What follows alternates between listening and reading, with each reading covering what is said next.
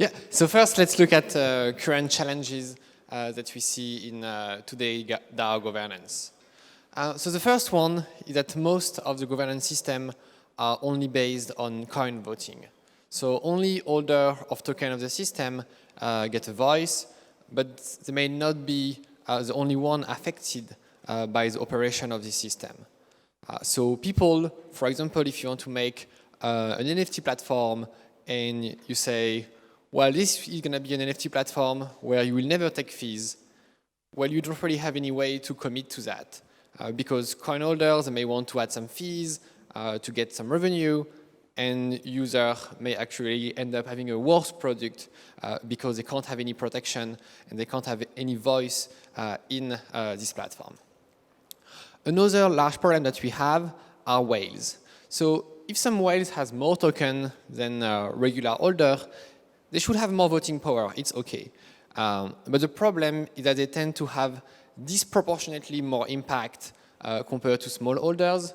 And this is due to the fact that for a whale, it may be worth to do the extra work, the extra research, the extra lobbying, because a vote will have more impact on them than on a small holder. Like if you get $100 of a specific voting token, do you really need to spend hours researching, campaigning, and lobbying to have your proposal implemented? Probably not. But if you are like a VC or a large entity, it may be worth it. So the problem is that whales, they get some influence which are more than linear compared to the holdings. We have also vote buying. It starts like slowly, but we are seeing more and more protocols which are made to allow people to sell and buy votes. So you have here Paladin and Bribe protocols where it's quite easy. You put your token into a wrapper contract and anyone can pay to vote with those tokens. And basically you get dividend for your votes. So this may seem evil to some people and like it will lead to some repulsion, rejection by a lot of holders. But actually you can do vote buying in a less obvious way. So for example, you have Aave or other money market where you can deposit your token to get some yield. And if you want to buy some vote, well, you don't directly buy the vote, but you borrow those tokens, you use them to vote, and now you are actually neutral to the token because maybe you have like 1 million token, but you also have 1 million debt to the protocol. So economically, you are neutral to what will happen to the token or to what will happen to the project. And now you have a decorrelation between what is going to be voted, like who is going to be voted, and who is going to be affected by the result of the vote. So vote buying in an obfuscated manner is also problematic. And the last elephant in the room is obviously multisigs. So initially, we had a lot of on-chain voting, and it was, I would say, more secure, but it kind of like faded away because of gas price. Now, if you ask everyone to pay to vote, well, again, you're going to end up with a whale problem, where for a small holder, if you have $100 of a token, you probably won't spend $10 to vote. But if you are a whale, we don't really care about that. So what happened is that people move to platform like Snapshot plus execution with multisigs. But now we have this new problem, which is you have multisig holders, which are ultimately the only one which are enforcing the DAO decisions. So how can we solve that? Well, first we can start to solve what is easy, solving the multisig issues. And instead of using a multisig, you can use a DAO contract where people will vote still on Snapshot, for example, and you want people to report what has been voted, like to report the transaction which need to be executed according to what was voted. So you already have, so you have Kleros, Proof of Humanity, and UBI DAOs who are using these systems, and they are not vulnerable to multisig abuse. You can also, if you have started with a multisig, well, we have some nice module for that with Gnosis Safe, which is a reality zodiac module where you basically turn your multisig into a DAO which will enforce what was voted by token holder, and that is what 1inch network is using. So that's quite integrated. So you can see here like some example in a snapshot.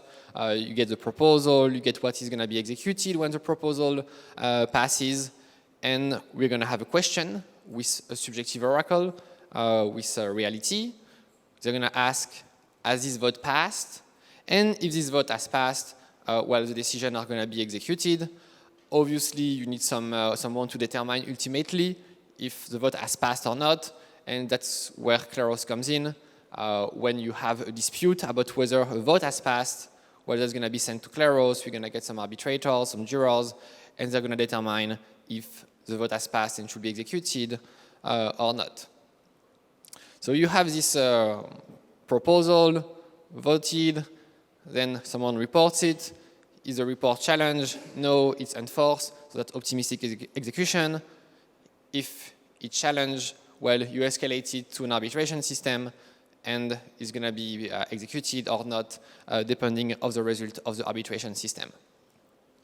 So is that enough? Well, we are solving the multisig problem, but here we can see maybe we can have like a side effect, which is now like we were just looking at as the proposal passed in the sense of did this proposal get more yes than no? But now if we extend the notion of what does it mean for a proposal to pass, we can add extra rules. For example, we could have a constitution, we could have maybe a 2/3 majority, or any other sort of rules to determine if a proposal will pass.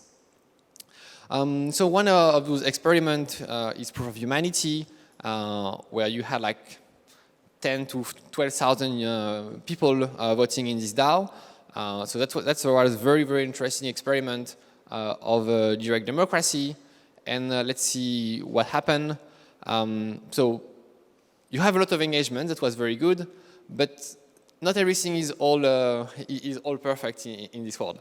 So when you are using like one person, one vote democracy, you can see some effect. For example, you can see more of a rise of populism compared to coin voting. Like asking everyone to vote on everything may not be the most efficient method because people may not have time to look deep into everything. If you don't have any predetermined direction of the system, you could see proposals which may not have any coherence. They can go in multiple directions. And also you don't really have executive power, so you don't have anyone who is really like in charge and feel responsible and is followed. So that can lead to stalling. So how can we do better? So we have two main approaches. One is what we mainly do in crypto, because everything is pretty new. So we try something, we learn what was good, what was bad, and then we iterate. Or for governance, we could also look at what happened in the classic space. So nation state, NGOs, like corporations, and what can we learn from those? So I think what we can learn from it, like the most obvious answer is going to be found in nation states, where you have this separation between powers. So you have the executive, so the one which can put in place the law. You have the legislative, the one which are going to judge whether something is conform to the law.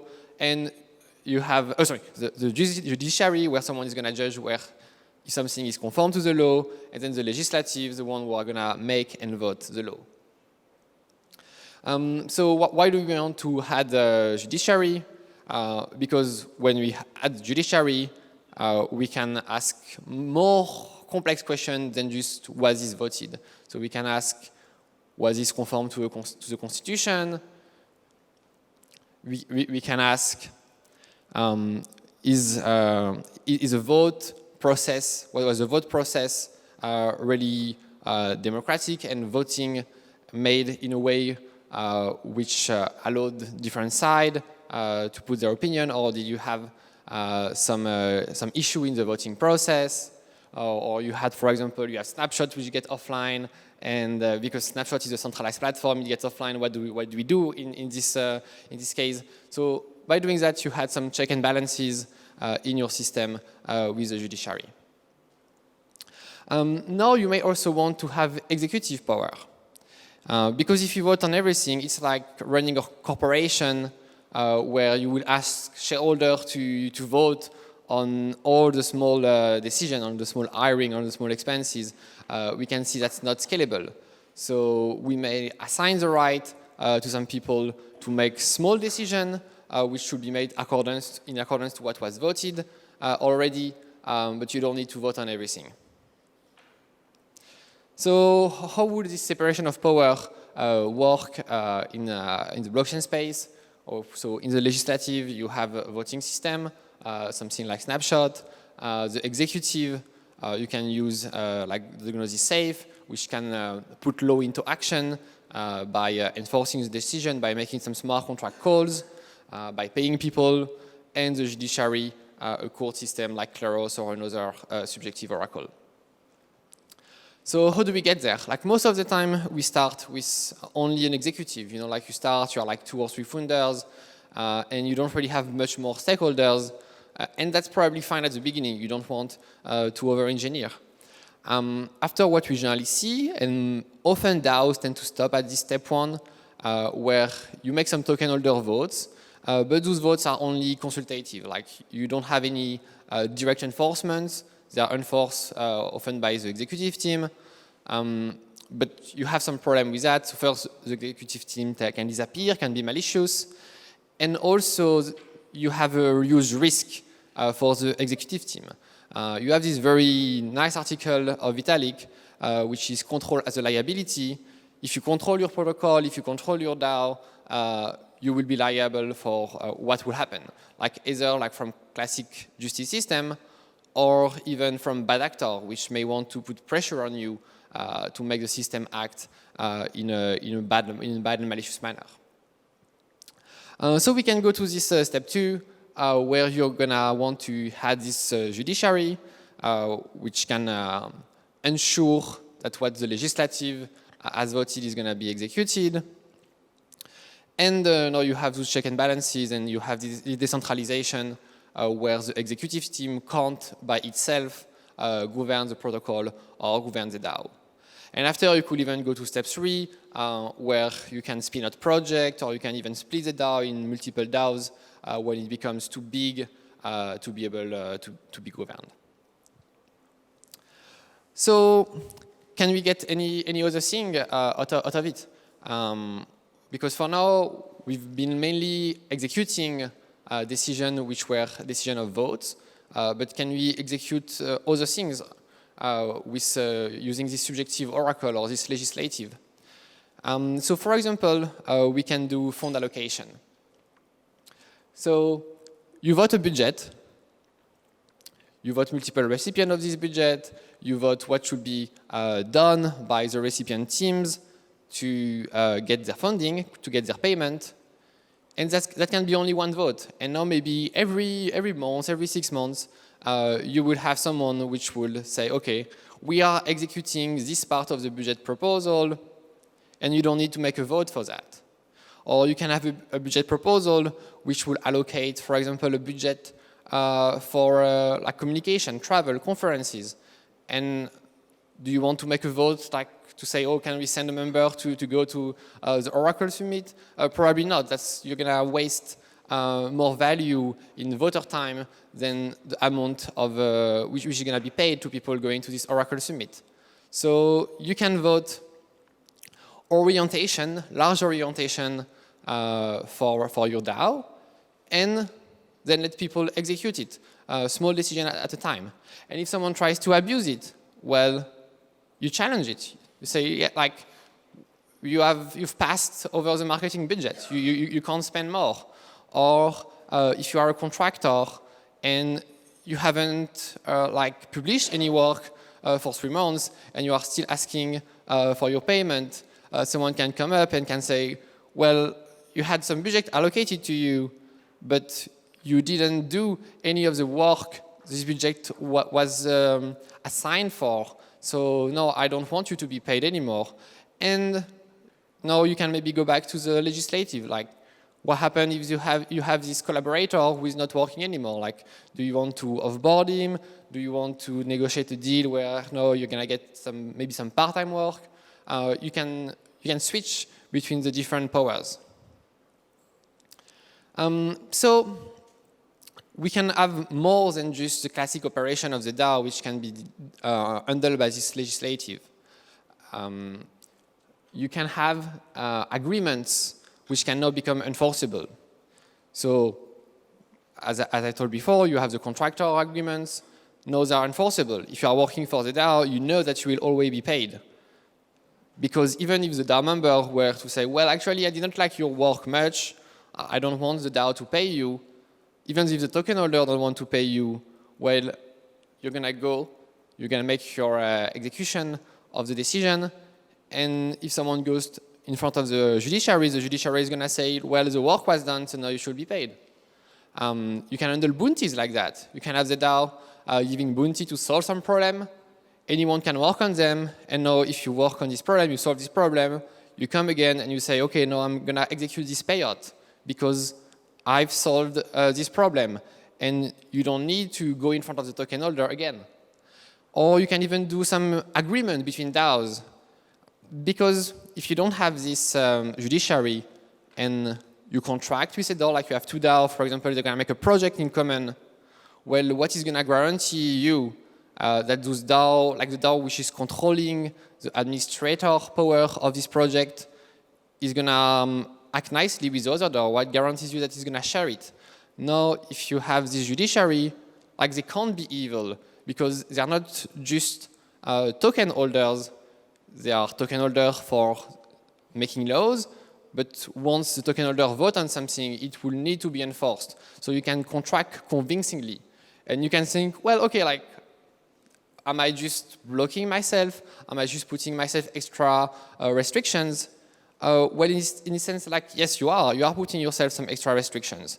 But by putting yourself some extra restriction, you become a more interesting trading partner, because people know that what you have said you will do, you will have no choice than doing it. And we could even go quite wide on that. You could even have some DAOs which may not even have any legislative or executive. You could make DAO which are just set of rules. So for example, you could make a DAO which is made for account recovery. So you could ask a DAO, if you lose one of your key on your multisig, for example, to add you another key. And in this case, this DAO would have some rule which will say, I'm going to execute all the proposals which are allowing people to recover their part of their multisig. And you don't even have any token holder. You just have some rules, people asking a rule to be executed, and if some execution is not according to the rule, they get challenged, and it doesn't get executed, or if it's according to the rule, it gets executed. So you could even have this kind of really fully autonomous organization, because now what we call DAOs, generally, they still have token holders, so they are more or less like companies, like people vote on what's going to be executed, they vote on executives, but are they really autonomous? No, like you still have this kind of governance involved. But now you could make DAO which can report events. You could say this DAO is going to report who won this election, or what was the weather in this part of the world, and people may want to report it. If the reports are correct, well, they're going to be executed. So most of the time, you could have better system than having just a DAO with like general rule and some people executing those rules. But to start with, that's very easy to spin out. Like you can spin that out in a simple day. Like make some rules, deploy a Gnosis multisig, add Zodiac, and you have your DAO. So thanks everyone for coming here for the presentation, and I'm going to take the questions.